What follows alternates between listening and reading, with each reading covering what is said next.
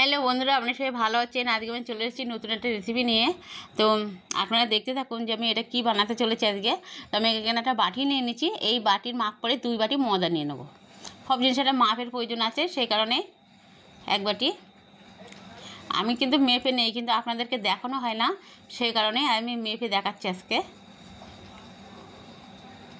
এই 2 বাটি ময়দা নিয়ে নিলাম।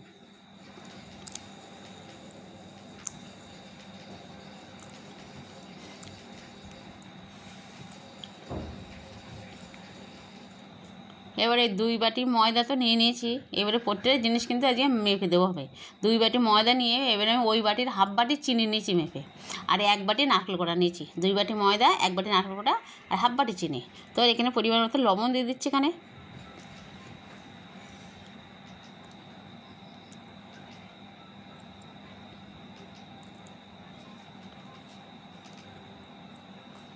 আর এবারে দিয়ে দিচ্ছি চিনি হাফ বাটি।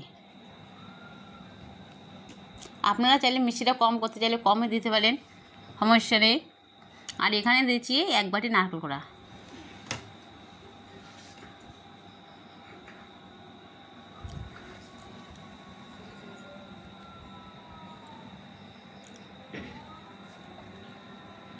আর এবারে দিয়ে দিচ্ছি 2টো ডিম।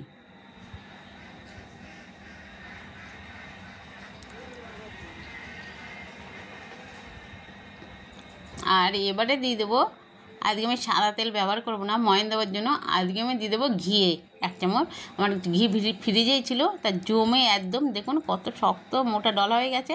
তো এই এক চামচ তো ঘি না, এখানে কিন্তু 2 চামচের ঘি, কিন্তু আমি সেটা এটা জমে গেছে। কিন্তু ওই একটা শুনেছি এটা 2 চামচের বেশি, সেটা কম না। সেই ঘিগুলো দিয়ে দিলাম। এবারে আমি সুন্দর করে ময়নটা দেবো। দেওয়ার পরে যদি জল লাগে তাহলে জল একটু দেবো, আর নাইলে এতে এতে যদি মাখা হয়ে যায় তাহলে তো খুবই ভালো হবে। আর হালকা একটু জল লাগলে সে জলটা তখন দেওয়া হবে। এবার সুন্দর করে মাখছি সবগুলো দিয়ে।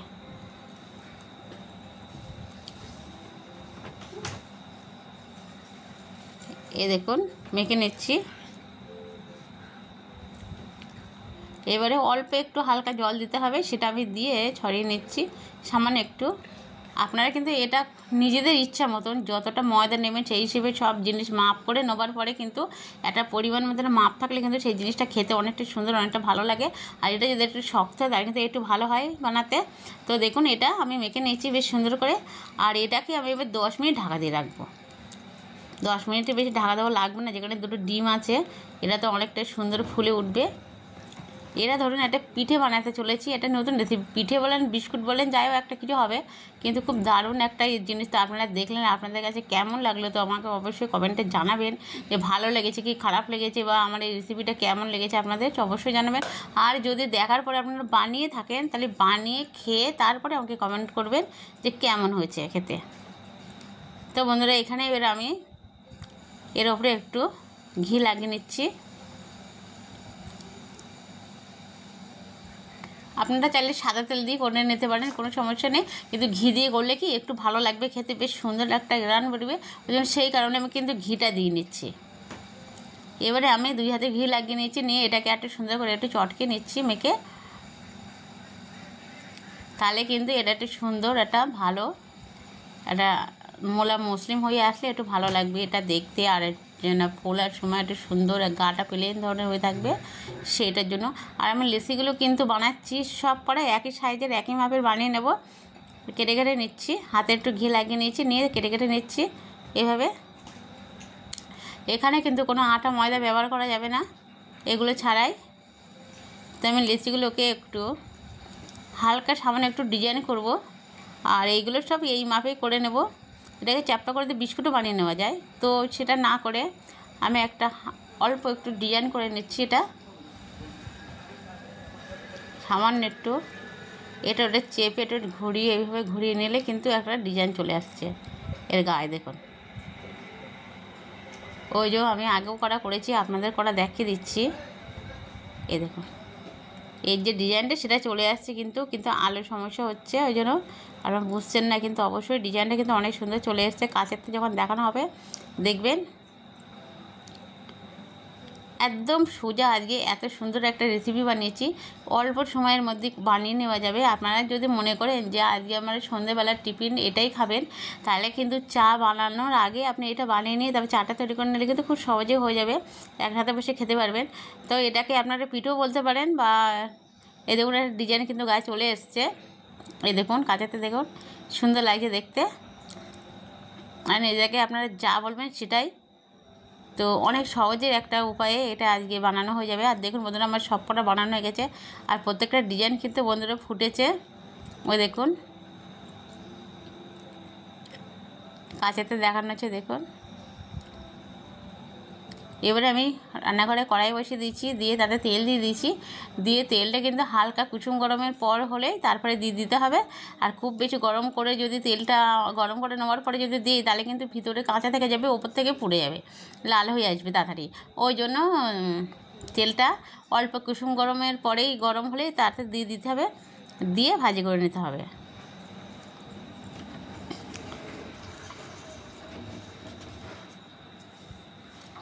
দেখুন বন্ধুরা কতটা সুন্দর হয়েছে। এবার আমি একটা দিয়ে দেখছি, দেখুন দেখেছেন কেমন হচ্ছে, ঠিক এরকম তেলটা থাকবে, ঠিক এই হিসেবে দিয়ে ভাজি করে নিতে হবে। তো আমি যতটা বানিয়েছি এইগুলো একেবারে ভাজি করা যাবে না, তো বন্ধুরা আমি এটা দুইবারে ভাজি করে নেব।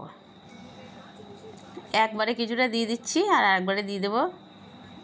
এটাকে কিন্তু চামচ খুন্তি দিয়ে নাড়া দেওয়া যাবে না, একটু হালকা করে একটু নাড়াচাড়া দিয়ে নিতে হবে, যেন দেখতে হবে নাড়াচাড়া দিয়ে যেন কোনোটার গায়ে কোনোটা জড়ি যাচ্ছে কিনা।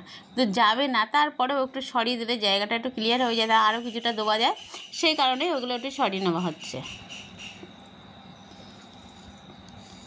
আর কিন্তু এটা দেওয়ার পরে কিন্তু আর একটু গ্যাসের এটা কমিয়ে দিতে হবে, আস্তে আস্তে কিন্তু এটা লাল হতে দেবে। আর এত মচমচে এত খাসতে হবে। এই যে বন্ধুরা আমি যে ঘিটা দিয়েছি তার মধ্যে তো ডিম দেওয়া আছে, তারপরে নারকেল করে দেওয়া আছে, তো এতটা সুন্দর একটা খেতে আজকে লাগবে তা আপনারা ভাবতেই পারছেন না, না খেলে তো আপনাদের বোঝানো যাবে না।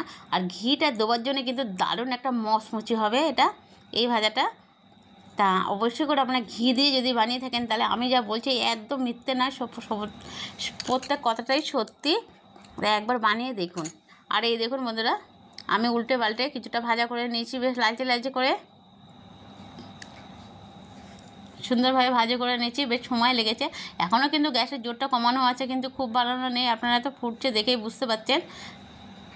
আর প্রত্যেকটা কিন্তু ডিম দেওয়া আছে, তার জন্য কিন্তু ফুলে উঠে একটু ফেটে ফেটে গেছে, কিছু কিছু ফেটে ফেটে গেছে। দেখুন এটা কতটা সুন্দর। এই ধরনের কিন্তু একরকম বিস্কুট কিনতে পাওয়া যায়, সেটাও আপনারা বলতে পারেন, আবার একটা পিঠেও বলতে পারেন এটা।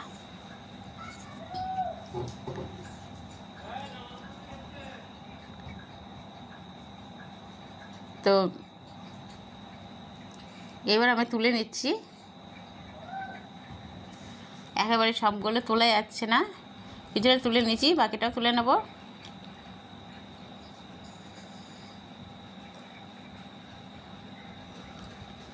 আবার বাকিগুলো তুলে নিলাম। দেখুন বন্ধুরা কতটা সুন্দর ভাজা হয়েছে, সব কটা একইভাবে হয়েছে। আর যে বাদবাকিগুলো আছে সেগুলো আমি এইভাবে দিয়ে ভাজি করে নেব, তো একইভাবে ভাজি করে নেব। ওইটা গ্যাসের জোরটা একটু কমিয়ে দিতে হবে। দেখুন আমি কিন্তু গ্যাসের জোরটা কমিয়ে রেখেছি, রেখে এগুলোকে দিয়ে দিচ্ছি একইভাবেই। এগুলো দেওয়ার পরে জোরটা আরেকটু কমিয়ে দেবো, যাতে আস্তে আস্তে ভাজাটা হতে থাকে। এদিকে ভিতর থেকে ভাজা হয়ে আসবে, ওপরে খাস্তা থাকবে, মসমস করবে, আর ভিতরে নরম সুন্দর, খেতে যেরকম হয় ঠিক সেরকমই হবে বন্ধুরা আজকে। তা এত সুন্দর একটা রেসিপি অবশ্যই আপনারা মিস করবেন না। দেখুন বন্ধুরা আমার ভাজা এটাও প্রায় হয়ে গেছে, এই দেখুন হয়ে গেছে প্রায়, না এটাও হয়ে গেছে। এবারে এটাকেই তুলে নেওয়া হবে, এই দেখুন তুলে নিচ্ছি। দুইবারে আমার ভাজা হয়ে গেছে। আর এর চেয়ে যদি বড়ো পাত্র আপনারা বসান তাহলে কিন্তু একেবারেই আপনাদের সবগুলো ভাজা হয়ে যেতে পারে। তো আমি বড়োটা বসাইনি, বড়োটা বসালে কিন্তু ওই যে তেলটা আরও অনেকটা লাগবে বন্ধুরা। যদি কড়ার গায়েগুলো জড়ে যায় কিন্তু তলায় পুড়ে যাবে, একটা কালার দাগ হয়ে যাবে, সেগুলো ভালো লাগবে না দেখতে। এই দেখুন বন্ধুরা পুরোটাই হয়ে গেছে ভাজা, আমি সুন্দর করে প্লেটে সাজিয়ে দিয়েছি। দেখুন কতটা সুন্দর লাগছে বন্ধুরা দেখতে, আর কতটা ভালো লাগে, কত সুন্দর একটা কালার হয়েছে দেখুন। আর এরপরে আমি ভেঙে অবশ্যই করে দেখাবো কত সুন্দর মচমচে হয়েছে আর কতটা খাস্তা হয়েছে।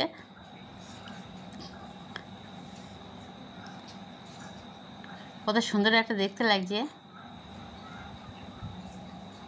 দেখুন বন্ধুরা কতটা শক্ত হয়েছে, দেখুন বাড়ি দিয়ে দেখাচ্ছে কিন্তু আপনাদেরকে, বুঝতেই পারছেন।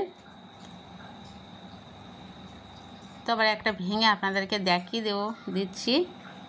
আর এতটা সুন্দর হয়েছে, প্রত্যেকটাই কিন্তু দুইবারে ভাজা করেছি, কিন্তু দুইবারের ভাজা কিন্তু একই হয়েছে, কালার কিন্তু কোনোটা কম বেশি ভাজাই হয়নি, সব সমানে ভাজা করেছে। দেখুন বন্ধুরা কতটা সুন্দর, ওপরে খাস্তা আর ভিতরে নরম।